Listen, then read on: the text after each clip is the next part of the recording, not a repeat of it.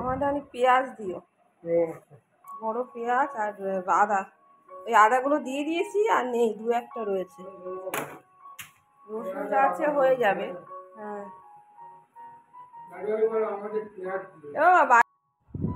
শুভ সকাল বন্ধুরা। আজকের দিনটা শুরু হলো বাবাকে দেখিয়ে। সকালবেলা বাবা এসছে, কিছু সবজিও এনেছে, তো গল্প করছি, তার সঙ্গে সঙ্গে কাজও চালিয়ে যাচ্ছি।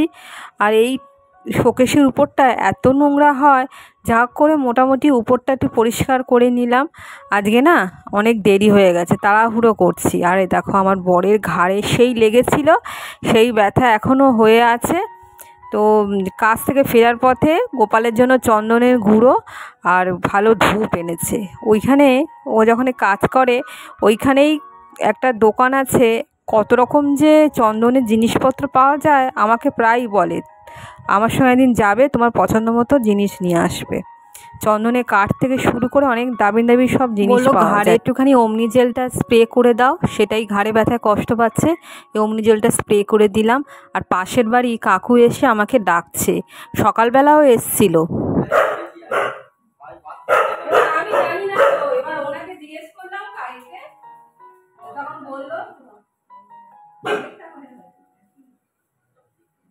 ওনাদের গাছে খুব ভালো কাগজে লেবু হয়েছে, তার আশেপাশে বাড়িগুলোতে দিয়েছে।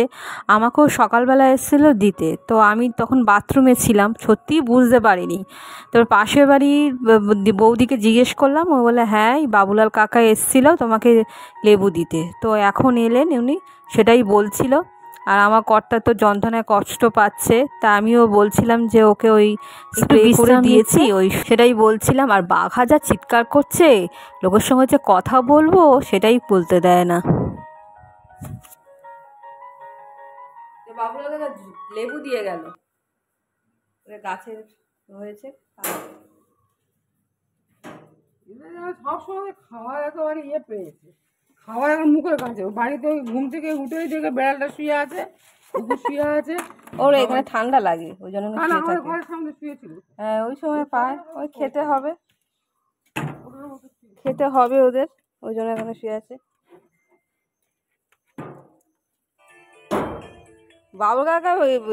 বাবুল কাকার মনটা ভালো, উনি মাকেও কটা লেবু দিয়েছেন। আর মা বাড়ির দিকে চলে যাচ্ছে, আমি জলের ড্রামটাও নিয়েছি, কারণ আমার বরের তো ঘাড়ে লাগা, ওই জল একদমই আনতে পারবে না। জল আনতে যাচ্ছি, কি হলো? কি হলো? কি সবসময় খাই তোমাদের? মাঝখানে জলটা না একদম খারাপ দিচ্ছিল, পুরো একদম হলুদ জল, ব্যবহারই করা যাচ্ছিল না। আমার কর্তা তো 1000 ফুট থেকে জল নিয়ে আসতো, তো এখন তো খুব খারাপ, মানে ঘাড়ে ব্যথা, ওর ওই জন্য কাছেই এই জলটা এখন ভালো দিচ্ছে, ওই জন্যই নিয়ে আসতে যাচ্ছি। আর খুব রোদ্দুর, এই সময়টা একদমই ভালো লাগে না, এটা অগত্যা যাওয়া, কিছু করার নেই, জল লাগবে। আর গোপালে স্নান করার জল একদমই নেই।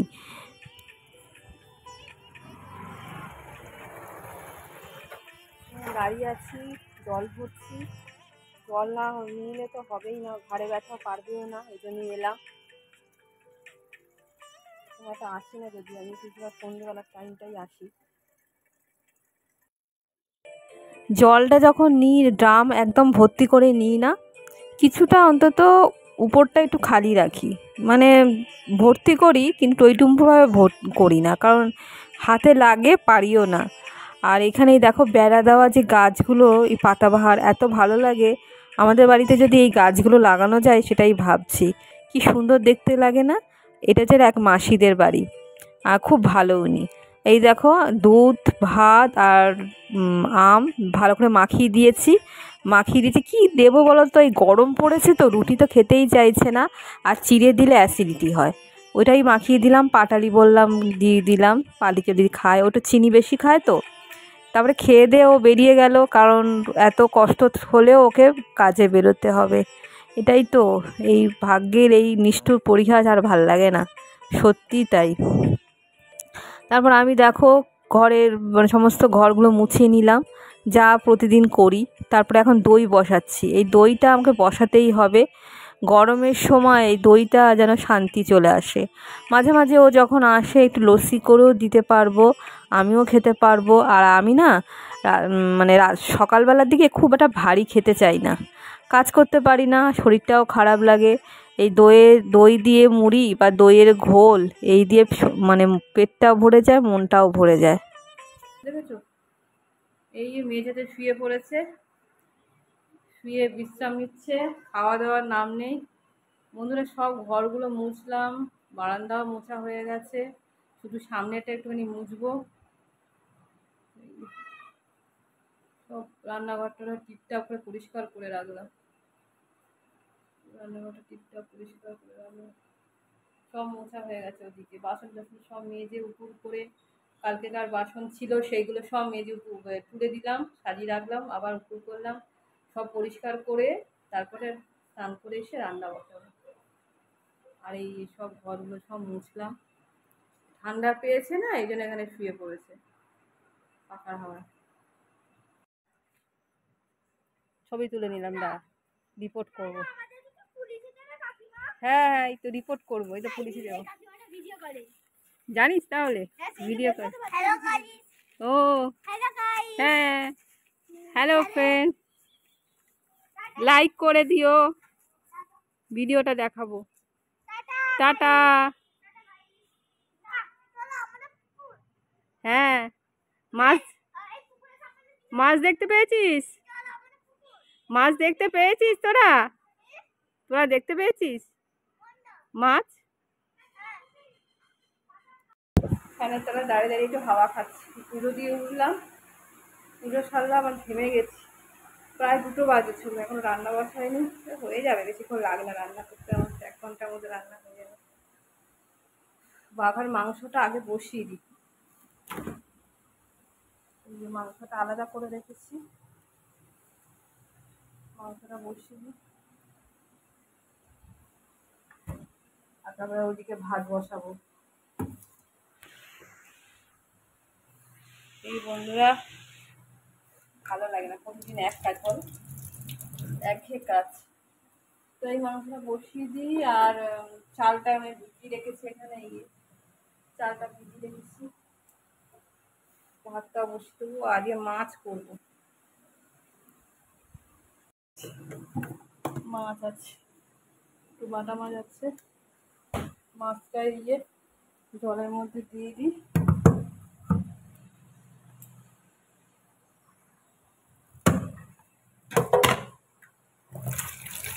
এটাই 2 পিস হয়ে যাবে, আর 2খানা আছে, তাও থেকে যাবে। আর তরকারি আছে, কালকেকার শুক্তো আছে, আর আছে, সেটাও আছে। তো করলে কী বলো তো, থেকে যাবে, কারণ কালকে শনিবার, আবার নিরামিষ। পাচ্ছি না, তুমি না দাঁড়াবে না, হাঁপাচ্ছি পুরো। আর বাঘার যে কী হয়েছে, বাবলার বাবলা চুপচাপ শুয়ে আছে, সকাল থেকে কিছু খাইনি। কি হয়েছে তোমার?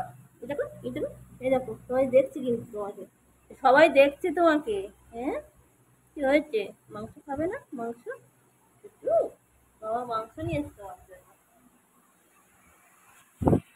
বন্ধুরা মনটা ভালো লাগছে না, সকাল থেকেই আমার কর্তার শরীরটা খারাপ। এখন প্রায় 2:30 বাজে, চলো ফোন করলাম, বললাম যে ওষুধটা খেতে। এই এক রোগ হয়েছে না, তো ওষুধ একদম খেতে চায় না। তো বললাম ডাক্তার কাছে নিয়ে চলো যাই। কারণ কী বলো তো, জানো তো একা মানে রোজগারের সংসার, যদি অসুস্থ হয়ে যায়, শরীরটাও কদিন ধরে ভালো নেই, ও একদম ওষুধ খেতে চায় না। একটু আগে ফোন করলাম যে ওষুধ খেয়েছো, ও বলে ওষুধ কাজের জন্য আনা হয়নি, কাজের চাপে। দেখা যাক, একটু কমে গেছিলো। আর যা ও কাজ না, খুব রিস্কের কাজ, তো কারেন্ট ফারেন্ট খায়, তারপরে খুব মানে চিন্তা করলে না খুব খারাপ লাগে। তো এই রান্না করছি, আর বাঘা দেখো ওখানে শুয়ে আছে, কালকে খায়নি সারাদিন, রাত্রেবেলা একটুখানি খেয়েছিল। আজকে একটু শরীরটা ঠিক কর। বাবলা, বাবলা ঘুমোচ্ছে না, রাত্রেবেলা ঘুমও হয় না, ওই জন্য। তা ওর জন্য এই মাংস বসিয়েছি, ভাতটা বসিয়েছি, আর যা বললাম না তরকারি আছে, শুক্তো আছে, তারপর সোয়াবিন আছে, তা এক তরকারি কেমনটা লাগে না, মানে অভ্যেস হয়ে গেছে। মাছের ঝাল করবো, এই ঢ্যাঁড়সগুলো সব নষ্ট হয়ে যাচ্ছে, ঢ্যাঁড়স একটু ভাজা করব আলুর সঙ্গে। চলো, দেখেছো আমগুলো কেমন হয়ে গেছে না, রোদুরে দিয়েছিলাম হলুদ দিয়ে। মনে হয় এগুলো করা যাবে না, আজ ভাবছি একটুখানি চাটনি মতো করে নেবো। আমগুলো না ভেতরে পাকা পাকা মতন হয়ে গেছে, ওই জন্যই করা যাবে না। দুদিন রোদ্দুরে খাইয়েছি, তারপরে দেখলাম কিরকম একটা হয়ে গেছে, এটা হবে না। তো তার থেকে বরঞ্চ এটা চাটনি করে নেওয়া যাক। তো খেতে হবে তো। কি হয়েছে বাবা? তোর বাবার শরীরটা খারাপ। দেখো মা ডাক্তারের নাম লিখিয়ে দিয়েছে। ডাক্তার দেখাবে না? ঘাড় ব্যথা হচ্ছে, ওষুধ তো খেলে না।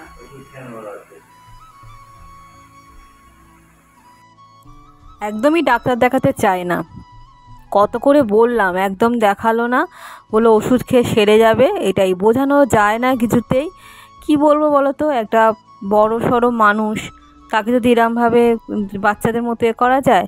আর দেখো বাঘা চুপচাপ শুয়ে আছে, আর কিছুটা ভাত খেয়েছে, আবার একটুখানি ভাত খেয়েছে বলে আমি আবার একটুখানি মাংস দিয়ে মাখিয়ে দিচ্ছে যদি আর একটু ভাত খায়। ও যদি না খায় না, মনটা সত্যিই খারাপ লাগে। কারণ দেখো আমাদের বাড়িতে তো সেরকম কেউ নেই, আমার দুজন মানুষ, আর এই বাচ্চা বলতে এই বাঘাই। ঝিরি ঝিরি বৃষ্টি হচ্ছে, তোকে বললাম জামা কাপড়গুলো দিতে, ভিজে জামা কাপড়গুলো কলতলায় কেচে রেখে দিয়েছিলাম, সেগুলো মেরে দিল, এক্ষুনি থেমে যাবে বৃষ্টি, বেশিক্ষণ হবে না। এখনো খেয়ে উঠতে পারিনি, কাজ ছেড়ে ফিরে হাঁপাচ্ছি, খাবো।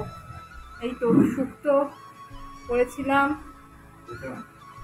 টেবিলের উপর খাবারগুলো রেখেছি, খাওয়া নিয়ে কথা, কিন্তু কখন যে খাবো সেটাই ব্যাপার। এত কাজে আমরা দুজন ব্যস্ত।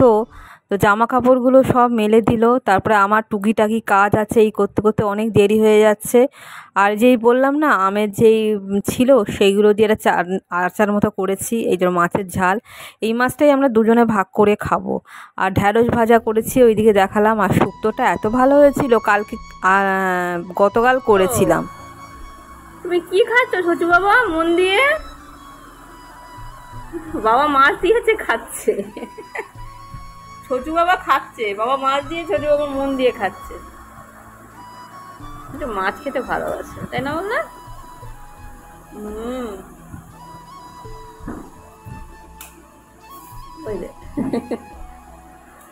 আজকে ওর খাওয়ার ইচ্ছে আছে এবং খাওয়ার মুডও আছে। যেদিনকে ওর খাওয়ার ইচ্ছে থাকে না, যদি শরীর খারাপ হয়, হাজার চেষ্টা করেও তুমি খাওয়াতে পারবে না। যতই তুমি চিকেন দাও, যতই তুমি মটন দাও, কোনো লোভ ওর নেই। কিন্তু এই যেদিনকে খাওয়ার ইচ্ছে হয়, সেদিনকে হ্যাঁ করে চেয়ে থাকে। 5:45 বাজে, আস্তে আস্তে ঘাটটা তুলে ওঠো।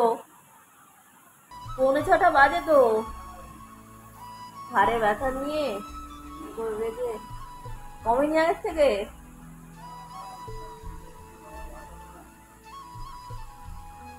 ওষুধটা খেতে হবে, আমাকে করলে হবে না। ওঠো আসতে, হাতে কি সমস্যা, এত পাল্টি আছে।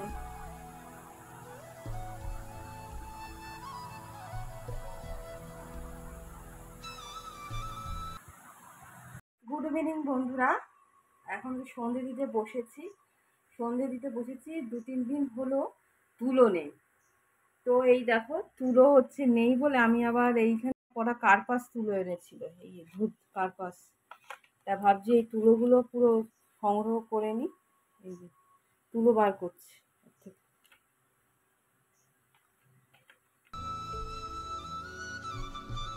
তুলো দেবো, সন্ধে দেবো। কার্পাস তুলোগুলো ছাড়াতে বেশ ভালোই লাগছে, ঠাকুরের না একদম সলতে নেই। তো এইগুলোই কাজে লাগবে, সেজন্য গুছিয়ে রাখছি। আর এগুলো এত সিল্কি না, মানে হাত দিয়ে বেরিয়ে যাচ্ছে।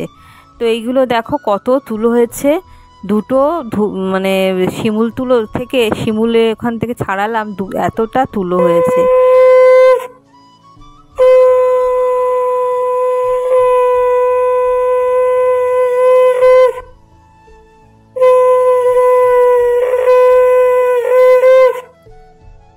সন্ধেবেলা নন্দুর জন্য গুজিয়া নিয়ে এসে বলে দিয়েছিলাম, আর বাঘারও খুব খিদে পেয়েছে, ও খালি ফ্যালফ্যাল করে চেয়ে আছে।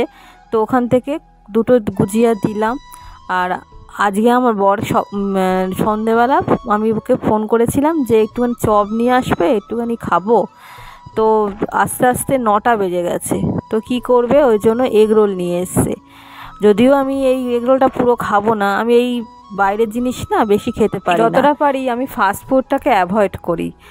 তো এক শরীরের জন্য আর সত্যিই ভালো লাগে না, কেন কি জানে বয়স বাড়ার সঙ্গে সঙ্গে মনে হয় মানুষের দিক থেকে সব চেঞ্জ হয়ে যায়, এটাই মনে হয়। তাই আমার এখন আর এগ রোলটা এমনি ভালোই করেছিল, কিন্তু ওই তরকারিটা আমি ওকে বলছিলাম যে তরকারিটা যখন দেবে না একদমই আনবে না। তরকারিটা অনেক সময় বাসি দেয় ওরা, সকালবেলার তরকারিটা ওই এগ রোলের মধ্যে ঢুকিয়ে দেয়। তো এর বাঘা আবার আমাদের দিকে চেয়েছিল, তা আমি বললাম যে বিস্কুট খা, কারণ তোকে তো এটা দেওয়াও যাবে না, অয়েলি। তো এই দেখো তলায় খাচ্ছে, আমি মাঝে মাঝে বকছি কেন তলা থেকে কুড়িয়ে খাচ্ছিস, আবার শুনছেও, তাই সমস্ত কিছু। এই সময় চা খেয়েছিলাম, আমি যখন এগরোল খাচ্ছিলাম তখন ওকে বললাম যে দেখো তো চায়ের জল ফুটছে কি না। ও একটু হেল্প করেছে চা করা, যে চা ওই করেছে। আর এখন বাজে কটা জানো, পুরো 12টা। খাওয়া দাওয়া হয়ে গেছে, খাওয়া দাওয়া হয়ে গিয়ে গ্যাসটা পরিষ্কার করছি। কোনো দিন তোমাদেরকে রাত্রেবেলার ভিডিও আমি শেয়ার করিনি, আজকে দেখো এইটা হচ্ছে আমার রাত্রেবেলার ডিউটি। আমি বেশিরভাগ সময় আগে খাই, খাওয়া দাওয়া করে বাসন যেগুলো পড়ে সেগুলো মেজে নিই, তারপরে ও আসলে ওকে খেতে দিই। খাওয়া দাওয়ার পর ওর যে বাসনগুলো থাকে 2-1টা সেগুলো রেখে দিই, তখন আর ভালো লাগে না। এই গ্যাসটা মুছি, ও খায়, আমি এই সাথে সাথে গ্যাস মুছি, তারপরে এই জায়গাটা পরিষ্কার করি, সমস্ত গুছিয়ে রাখি। এই সমস্ত করতে করতে 1টা বেজে যায়। তারপরে জানো তো ওই বাসন টাসন মাজা হয়ে গেলে আবার লাস্টের দিকে পাম্প চালানো হয়। পাম্পটা রাত্রেবেলায় চালাই, কারণ মুখ যখন ধোবো তখন জলটা পরিষ্কার থাকে, আর পাম্প চালালে জল পুরো ঘোলাটে হয়ে যায়। মানে চালানোর 6-7 ঘন্টা পর ভালো করে জলটা ব্যবহার করা যায়, মুখ ধোয়া যায়। সেজন্যই সমস্ত কাজ হয়ে গেলে, মুখ টুক ধোয়া হয়ে গেলে তার লাস্টে রাত্রেবেলা পাম্পটা চালাই। আর দেখো টেবিলটা মোছা হয়ে গেছে, আর বাঘা খায় না, এখানটা ভাত টাত পড়ে, সেই জায়গাটা ভালো করে মুছে নিই। টেবিলের তলাটাও মাঝে মাঝে খেতে খেতে ভাত পড়ে, সেজন্য ভালো করে এইখানটা মুছে নিচ্ছি। বলতে গেলে মোছাই হয়ে যায় রান্নাঘরটা। এই দেখো এতগুলো বাসন মেজেছি। তো বন্ধুরা, ভিডিওটা এখানেই রাখছি, দেখা হবে নতুন একটা ভিডিও নিয়ে তোমাদের সঙ্গে। তোমরা ভালো থেকো এবং সুস্থ থেকো। শুভরাত্রি, গুড নাইট।